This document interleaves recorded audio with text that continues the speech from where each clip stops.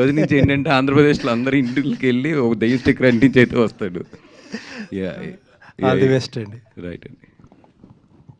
వాసు గారు, బండ్ల గణేష్ అప్పుడు అన్నాడు అల్లు అరవింద్ గారిని లాస్ట్లో వచ్చి మీరు ఇచ్చేస్తారని. ఇప్పుడు మీ ఇద్దరు కూడా అట్లానే అనిపిస్తోంది.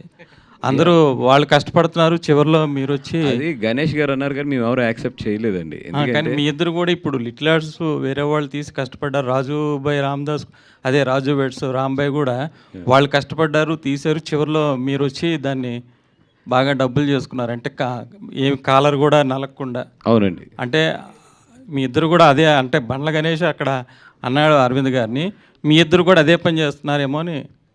అంటే నేను ఎప్పుడు కూడా గణేష్ గారి ఉద్దేశం ఏదైనా కూడా నా ఉద్దేశంలో అయితే, ఇప్పుడు మనకు ఒక దేవుడు ఒక 20 సంవత్సరాల నుంచి కష్టపడిన తర్వాత మనకు ఒకటి ఇచ్చాడు. ఒక పేరు అవ్వచ్చు, లేదంటే ఒక ఏమంటారు, ఒక ఆశీర్వాదం అయితే ఒకటి ఇచ్చారు. ఇప్పుడు మనకున్న సక్సెస్ని జనాలకు పంచిపెడతాం అనేది గుడ్ థింగ్. దాంట్లో నేను బెనిఫిట్ అవుతున్నాను and at the same time అవతల బెనిఫిట్ అవుతున్నారు. అది నాకు అరవింద్ గారు ఇచ్చారు. ఆయన ఒక సక్సెస్కి ఒక స్టేజ్కి వెళ్ళిపోయిన తర్వాత నాకు కానీ, ఎస్కే అని కానీ, ఈరోజు వంశీకి కానీ, ధీరజ్ కానీ అందరు కూడా ఆయనకున్న ఒక సక్సెస్ని తీసుకొచ్చి మా అందరికి అడాప్ట్ చేశాడు ఆయన. లేదంటే మేము అందరూ ఇంత షార్ట్ టైంలో ఇంత బాగా క్లిక్ అవ్వలేము, ఆయన ఎక్స్పీరియన్స్ని కానీ, ఆయన సక్సెస్ని కానీ. ఇప్పుడు మాకున్న దాన్ని అట్లాగా ఇవ్వడానికి మేబీ ఆయన చూసి మేము నేర్చుకోవచ్చు.